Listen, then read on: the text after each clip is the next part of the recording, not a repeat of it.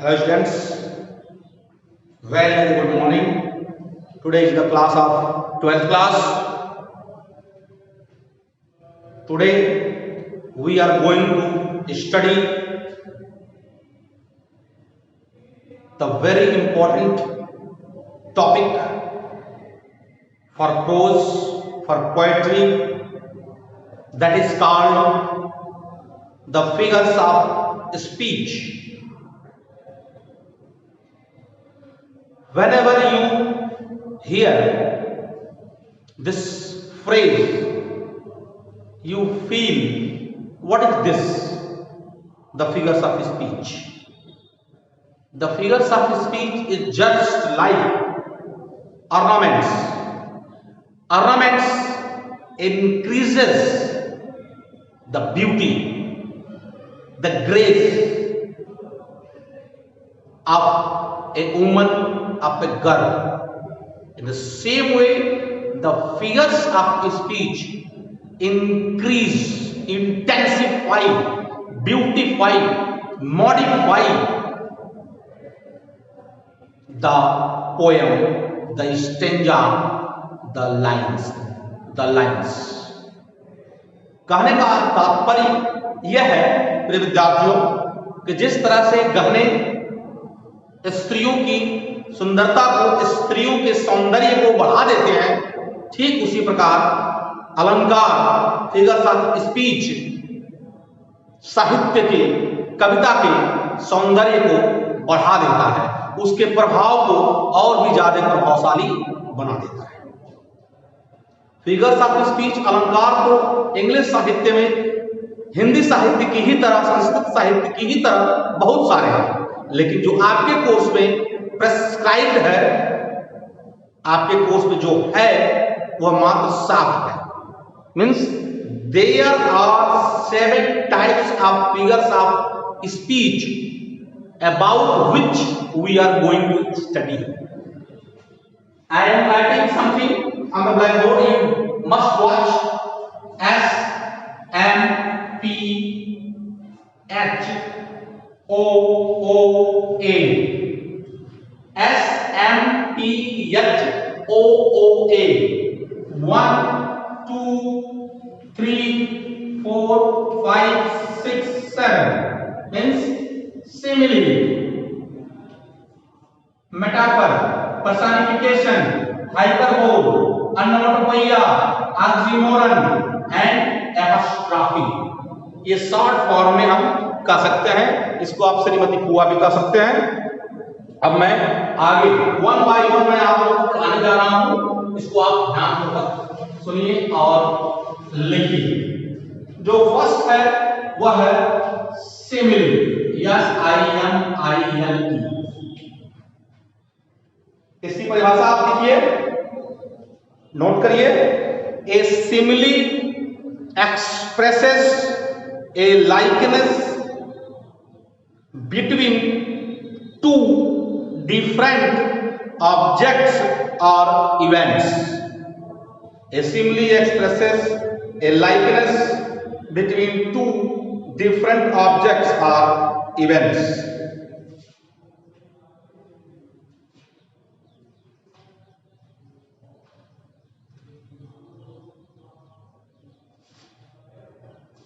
एक चीज मैं और भी बताना चाहूंगा,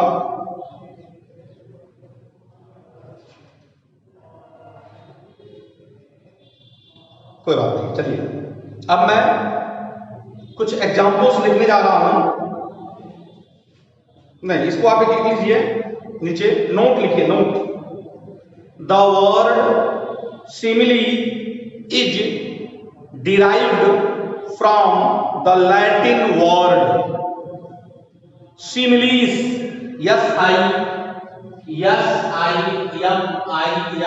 SIMILIS, similis, full stop। Similes means likeness. It is a definite expression of likeness between different objects or events. Here, direct comparison is made between two objects of different kinds using like so as. अर्थात simile में 2-3 शब्द ऐसे हैं जो निश्चित रूप से प्रयोग किए जाते हैं। लाइक, सो, एज ये शब्द है जो तुलना करता है, जो लाइकनेस को प्रस्तुत करता है, समानता को प्रस्तुत करता है। अब मैं कुछ उदाहरण लिखता हूं, आप उसको देखिए। सिमिली को हम पढ़ने जा रहे हैं।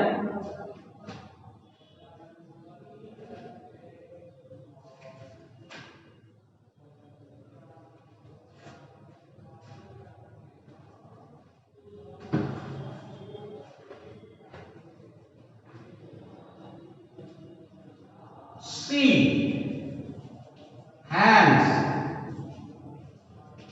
like a star. See hands like a star in the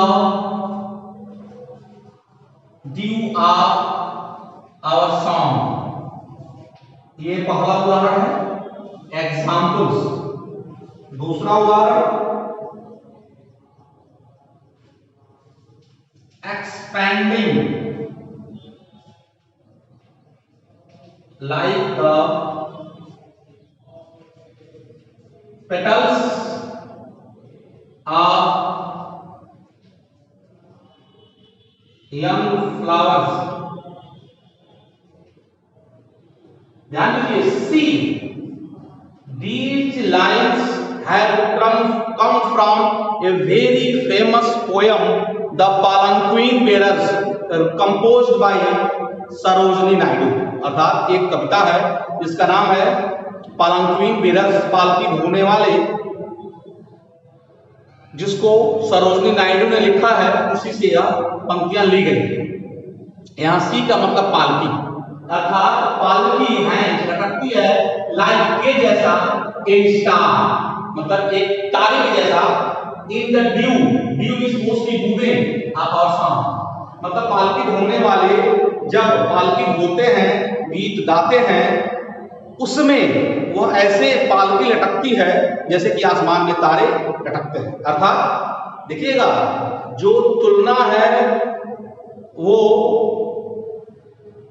समान नहीं होना चाहिए, डिफरेंट होना चाहिए। मतलब ही स्पीक्स लाइक मी, तो मतलब वह मेरे जैसा बोलता है, मतलब मैं भी व्यक्ति हो गया, वह भी व्यक्ति हो गया, वह भी मनुष्य हो गया, मैं भी मनुष्य हो गया। तो यहाँ पर लाइक सो एज तो आया है, लेकिन यहाँ पर सिमिली अलंकार नहीं होगा, क्योंकि यह दोनों समान व्यक्ति हैं। और लाइक सो एज वहां पर होते हैं जहां दोनों व्यक्ति समान न हो, तो वहां पर होता है सिमिली फिगर ऑफ स्पीच। अर्थात यहाँ पर पालकी की तुलना किससे की जा रही है? तारे से की जा रही है, इसलिए यहाँ पर सिमिली अलंकार होगा। उसी तरह से एक्सपैंडिंग मतलब डेवलपिंग, ग्रोइंग, विकसित होते हुए, लाइक माने के जैसा, पेटल्स माने पंखुड़ियां ऑफ यंग फ्लावर्स, मतलब जिस तरह से कलियों की पंखुड़ियां धीरे धीरे खुलती हैं, उसी तरह से शिष्यों का मस्तिष्क भी धीरे धीरे ज्ञान पाकर डेवलप होता है, ग्रो करता है, विकसित होता है।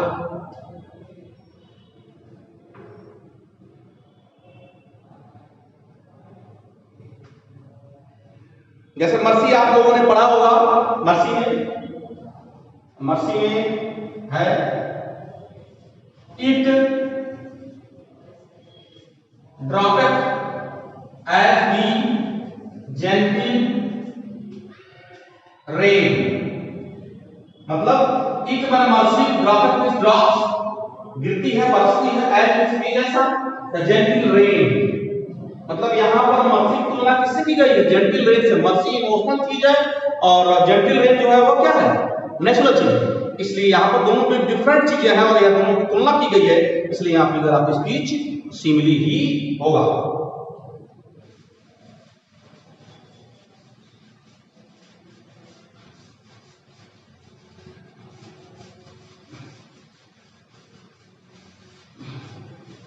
विद्यार्थियों, अब मैं जो नेक्स्ट चूज कर रहा हूं वह है मेटाफर।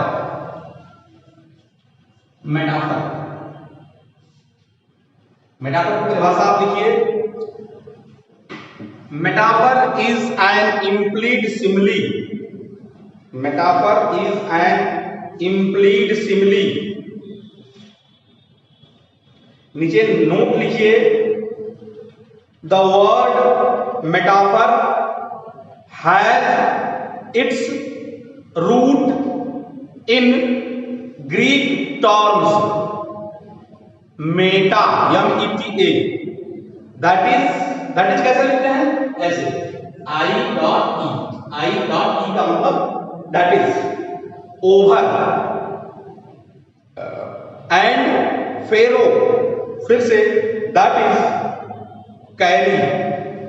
सो आगे लिखिए, so it means carrying over. आगे लिखिए, इट इज एन इनफॉर्मल और implied simile. Example,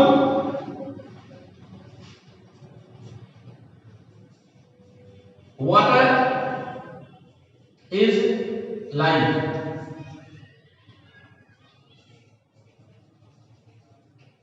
media is the pillar of democracy, is the pillar of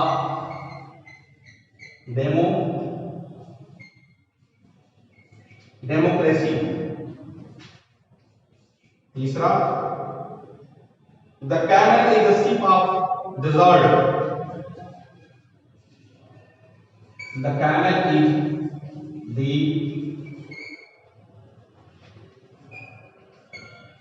ship of desert.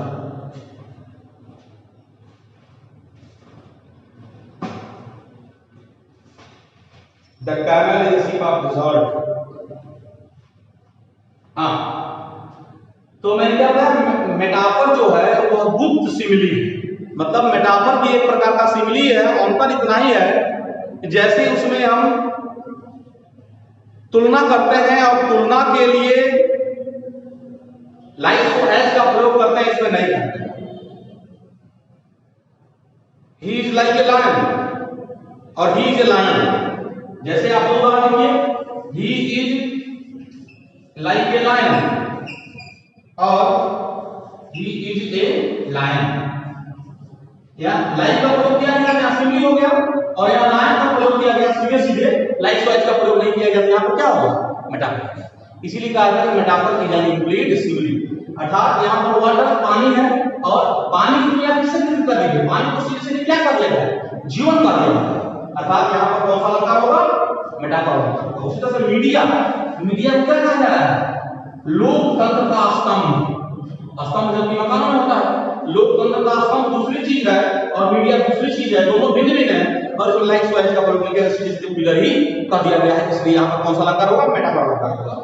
The camel एक जानवर है, इज द शिप जहाज, जहाज पानी का होता है, आसमान का होता है, और डिजर्ट मतलब रेगिस्तान का जहाज क्या होता है, कैमल होता है। यानी ऊंट की तुलना यहाँ पर किससे कर दी गई है, शिप से, यानी ऊंट को सीधे क्या कर दिया गया है, जहाज कर दिया गया, इसलिए यहाँ पर क्या होगा, मेटाफर अलंकार होगा।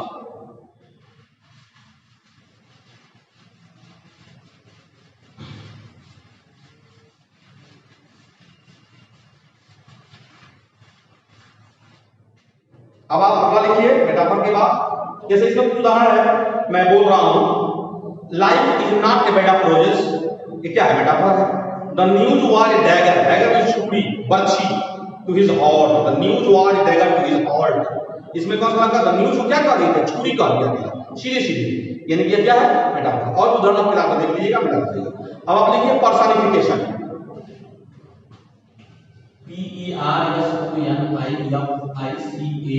PERSONIFICATION, personification. पर्सनिफिकेशन को आप लिखिए,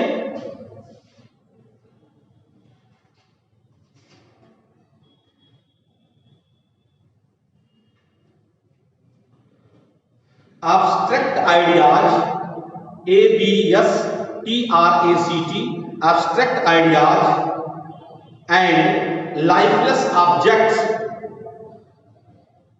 are thought of as living objects। मतलब जब भावनात्मक या निर्जीव वस्तुओं को सजीव मान लिया जाए, यानी कि पर्सनिफाई कर दिया जाए, उसका मानवीयकरण कर दिया। पर्सनिफिकेशन का मतलब क्या है? मानवीयकरण। उसका जब मानवीय निर्जीव या भावात्मक वस्तुओं को जब मानव मान लिया जाए, उसको उसका मानवीयकरण कर दिया जाए, तो वहां पर कौन सा अलंकार होता है? वहां पर अलंकार होता है पर्सनिफिकेशन। जैसे बहुत ही फेमस आप लोग सुने होंगे, अपॉर्चुनिटी नॉक्स, ANOC के knocks, the does but once.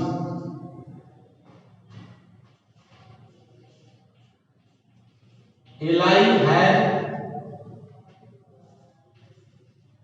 no legs. Eli had no legs.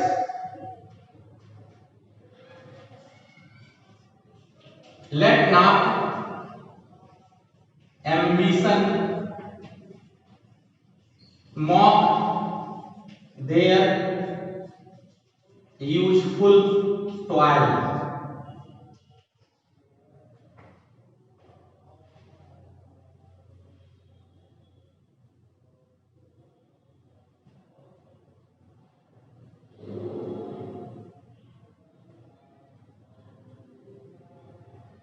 Love is blind.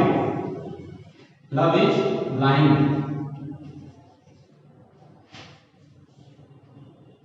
चार उदाहरण। अपॉर्चुनिटी मतलब क्या होता है? अवसर। अपॉर्चुनिटी मीन्स अवसर, मौका। नॉक्स मीन्स खटखटाता है, द डूज दरवाजे को, बट लेकिन, वंस एक बार। मतलब जैसे लग रहा है कि मौका कोई व्यक्ति है जो जीवित है और वह आके दरवाजा खटखटाता है, यानी कि अपॉर्चुनिटी क्या होगा? एक एब्स्ट्रैक्ट आइडिया है जिसको सजीव मान लिया है। उसी तरह से एब्स्ट्रैक्ट आइडिया के में क्या होगा? एलाई। एलाई क्या है? झूठ। जैसे लग रहा है कोई व्यक्ति है जिसका कोई हाथ पांव नहीं होता है। बहुत सारे व्यक्ति होते हैं जिनका कोई पांव नहीं होता है, जिनका कोई हाथ नहीं होता है, लेकिन एक व्यक्ति होता है उसका लग रहा है कि एलाई कोई व्यक्ति है जिसका कोई हाथ पांव नहीं होता है। उसी तरह से लेट नॉट एम्बिशन। एम्बिशन का मतलब क्या है? महत्वाकांक्षा। जबकि यहाँ महत्वाकांक्षा का मतलब क्या है? महत्वाकांक्षी लोग, यानी कि महत्वाकांक्षा शब्द से महत्वाकांक्षी लोगों को संबोधित किया जा रहा है, उनको माना जा रहा है। का मतलब मजाक उड़ाना। दे गरीब लोग का यूजफुल टॉय मतलब मुझे कठिन पसंद। मतलब यहाँ एम्बिशन को क्या कर दिया गया है? इसका मानवीयकरण कर दिया गया है। इसलिए यहाँ पर कौन सा अलंकार होगा? पर्सनिफिकेशन। Love is blind. इससे लग रहा है कि लव कोई व्यक्ति है जिसका आंख नहीं है, लेकिन कोई व्यक्ति है, इसे उसको अंधा कहा जाता है। अर्थात ये क्या है? यहाँ पर जब यहाँ पर एब्स्ट्रैक्ट आइडियाज को, नॉन लिविंग आइडियाज को, नॉन लिविंग ऑब्जेक्ट्स को, निर्जीव ऑब्जेक्ट्स को सजीव मान लिया गया है, इसीलिए यहाँ पर पर्सनिफिकेशन अलंकार का प्रयोग माना जाएगा। जैसे authority forgets a dying king. Authority मतलब पावर, अधिकार। फॉरगेट्स जैसे लगता है अधिकार कोई व्यक्ति है, कोई मानव है जो मरने वाले राजा को भूल जाता है। डेथ लेड मतलब death led his icy hands on kings, मतलब मृत्यु अपना बर्फीला हाथ राजा पर भी रख देती है। ऐसा लगता है कि मृत्यु कोई व्यक्ति है जो जीवित है और वह आकर अपना बर्फीला हाथ रख देता है। ऐसे तो यहाँ पर इसको हम कहेंगे personification.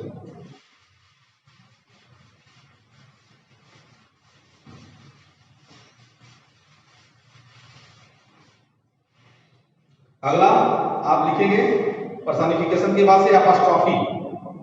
Apostrophe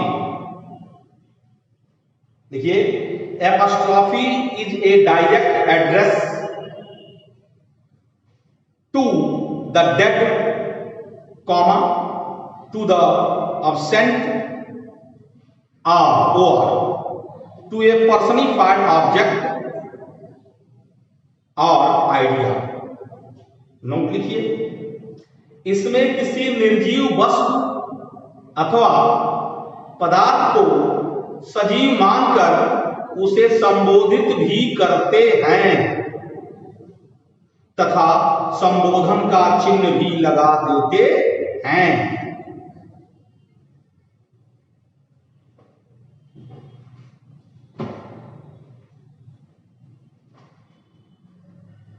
apostrophe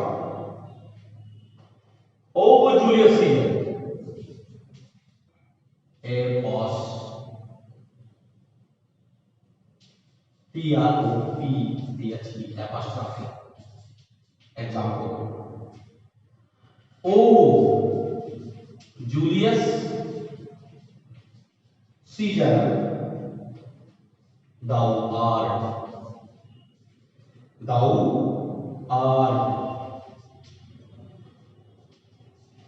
mighty eight.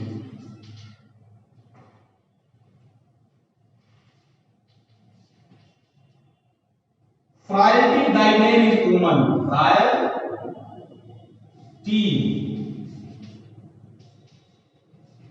thy name is woman. O captain, my captain. O captain, 11th में आप लोगों ने पढ़ा होगा my captain। मतलब आप ये समझ लीजिए कि पर्सनिफिकेशन और एपॉस्ट्रॉफी, जैसे सिमिली और मेटाफर होता है, उसी तरह से पर्सनिफिकेशन और एपॉस्ट्रॉफी होता है। सिमिली और मेटाफर, सिमिली में लाइक सो एज का प्रयोग किया जाता है और मेटाफर में लाइक सो एज का प्रयोग नहीं किया जाता है। बात सब वही है। उसी से मेटाफर में, सॉरी, पर्सनिफिकेशन में एड्रेस नहीं होता है, संबोधन नहीं होता है, संबोधन का चिन्ह नहीं होता है। संबोधन का चिन्ह का मतलब ये डंडा और अंडा, ये पर्सनिफिकेशन में नहीं होता है, जबकि एपॉस्ट्रॉफी में होता है। उसमें भी निर्जीव या एब्स्ट्रैक्ट आइडियाज को सभी मानते हैं और इसमें भी निर्जीव या एब्स्ट्रैक्ट आइडियाज को सभी मानते हैं, लेकिन इसमें संबोधन भी करते हैं। जैसे O Gandhi ji, where you are, come and see your India. आए गांधी जी, आप कहां हैं, आइए और अपने भारत को देखिए। तो ये है आपका एपॉस्ट्रॉफी। जैसे इसमें और उदाहरण है, Milton, thou shouldst be living at this hour, मतलब आए मिल्टन, काश आप इस समय जीवित होते। इस तरह से यहाँ पर है ओ जूलियस सीजर, मतलब है Julius Caesar, thou art mighty, तुम अभी भी शक्तिशाली हो। Julius Caesar is a drama which is composed by the world famous dramatist William Shakespeare. In this drama, Julius Caesar is murdered, and after the murder of Julius Caesar, his enemies say, "Oh, Julius Caesar, thou art mighty king." Oh, Julius Caesar means they are addressing Julius Caesar and they are saying that you are dead, but you are now powerful.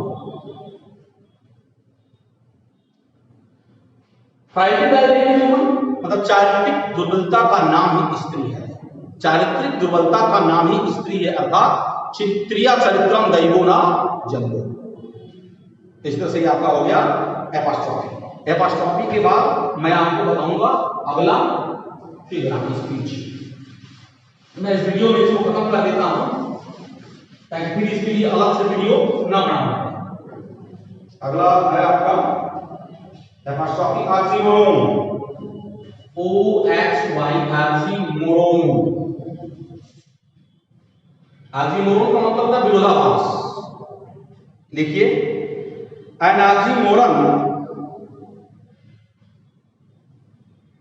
is a figure of speech in which two opposite ideas are put together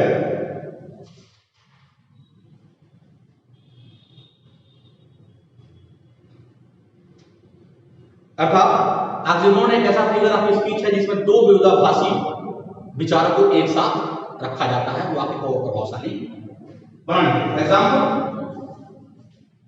he is regularly irregular, he is regularly irregular वाला। दूसरा, James first is the wisest fool.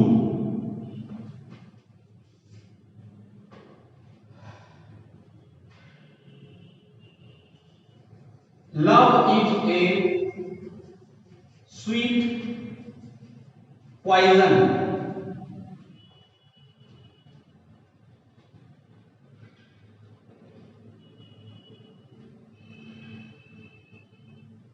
A pleasing pain of love, A pleasing pain of love.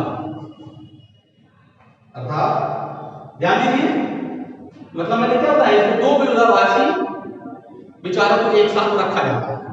तो regularly या irregularly क्या होता है, मतलब नियमित रूप से अनियमित, नियमित रूप से अनियमित, मतलब वो नियमित रूप से लगातार अनियमित है। तो रेगुलर और इरेगुलर दोनों साथ आया है, दोनों अपोजिट है, इसलिए यहाँ पर आगे पैराग्राफ का प्रयोग किया गया है।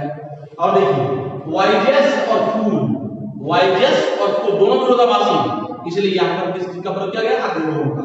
और स्वीट पॉइजन, मतलब पॉइजन भी और स्वीट भी दोनों विरोधाभासी हैं, इसलिए यहां पर इसका प्रयोग किया गया, आर्गुमेंट का प्रयोग किया गया है। उसी तरह से प्लीजिंग पेन ऑफ लव, मतलब प्रेम का सुखद दर्द, तो सुखद भी और दर्द भी समझ में नहीं, इसलिए यहां पर विरोधाभासी अलंकार का प्रयोग, आर्गुमेंट अलंकार का प्रयोग किया गया है। इसके बाद से हम लोग पढ़ेंगे हाइपरबोल।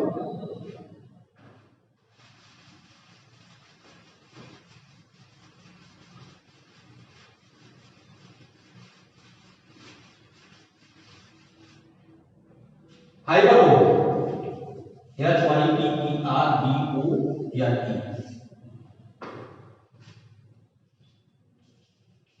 हाइपरबोल लिखिए। In hyperbole a statement is made emphatic, EMPHATIC,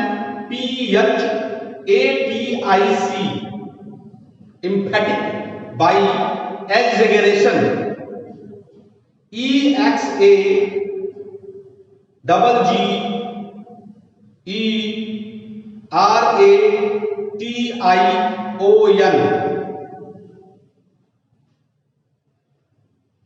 अर्थात हाइपरबोल अलंकार में एक कथन को बढ़ा चढ़ाकर प्रस्तुत किया जाता है। आप चाहें तो नोट के रूप में लिख सकते हैं, the word hyperbole is made of two words,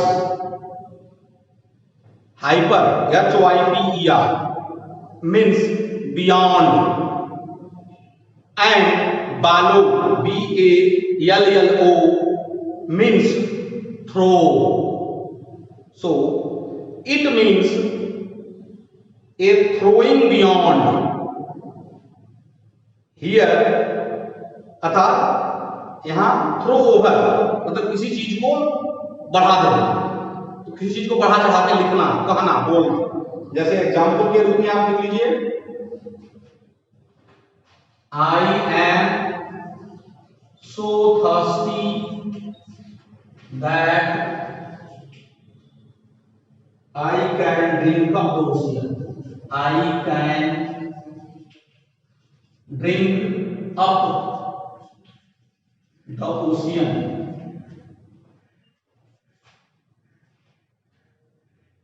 Rivers of blood. Rivers of blood. Rivers of blood flowed in the battlefield, in the battlefield. When, अब देखिए इसमें बड़ा फेमस उदाहरण है, Belinda smiled,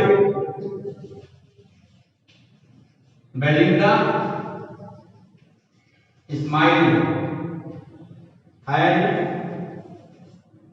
the world was gay. The world was gay. एक कुछ उदाहरण है, पहला, दूसरा, तीसरा। मतलब मैं इतना प्यासा हूं मैं समुद्र ही पी जाऊं, अर्थात मैं बहुत ज्यादा प्यासा हूं, इस बात को बढ़ा चढ़ाकर कहा गया। उसके बाद से युद्ध के मैदान में खून की नदियां बह गई, खून की नदियों को बहते नहीं है, मतलब इतने लोग मरे, इतने लोग मरे, विचार को खून दिखाई दे रहा था, ऐसा लग रहा था खून की नदियां बह गई, इस बात को बाहर चढ़ाकर इसमें प्रस्तुत किया गया है।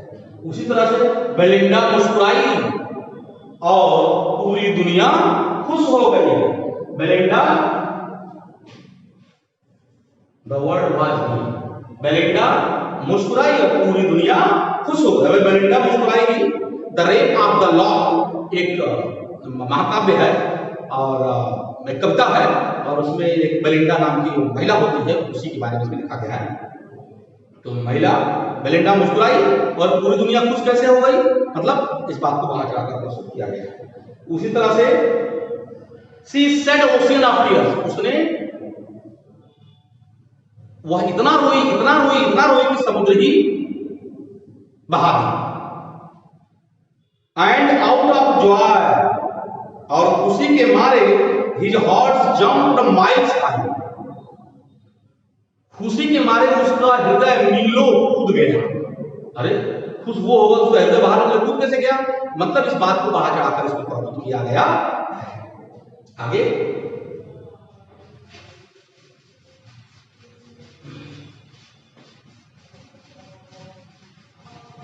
आगे हम पढ़ेंगे onomatopoeia. O N O M A T O P O E I A, onomatopoeia. O N O M A T O P O E I A, ठीक है, पी ओ ई आई, सही। अनोटोपोइया ध्वन्यात्मक अलंकार, ध्वनि सूचक अलंकार, मतलब इसमें किसी बात को, किसी अर्थ को व्यक्त करने के लिए ध्वनि का प्रयोग किया जाता है। परिभाषा लिखिए, the sound of words suggests the sense और meaning in this figure of speech, मतलब इस अलंकार में जो साउंड होता है, जो ध्वनि होता है, वह मीनिंग को व्यक्त करता है, सेंस को व्यक्त करता है। Example,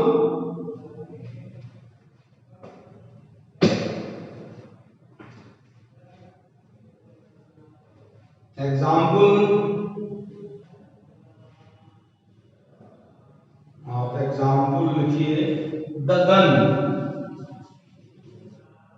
bang, the gun bang, गोली चल गई। द गन बैंग मीन्स गोली चल गई। जैसे द बीज आर हमिंग, अर्थात मधुमक्खियां भनभना रही हैं। जैसे एक उदाहरण लिख लीजिए, and beauty born uh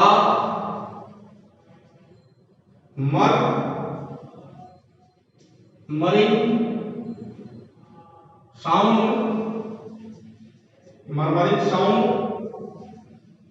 sad pass into her face, अर्थात जिस तरह से नदियों की लहरें कलकल की ध्वनि करके बहती हैं और उसके कलकल की ध्वनि बड़ी ही मधुर होती है, बड़ी ही मीठी होती है, उसी तरह से लूसी की आवाज, लूसी की बोली बहुत ही मीठी है। यानी यहाँ साउंड से सेंस को क्लियर करने का प्रयास किया जा रहा है। फिगर्स ऑफ स्पीच बहुत ही इंपॉर्टेंट है, इसको ध्यान पूर्वक पढ़िएगा और गाइड से, किताब से, जो भी आपको सोर्स मिल जाए उससे आप और उदाहरण देखकर समझने का प्रयास करिएगा। Thank you very much. आज के लिए इतना ही।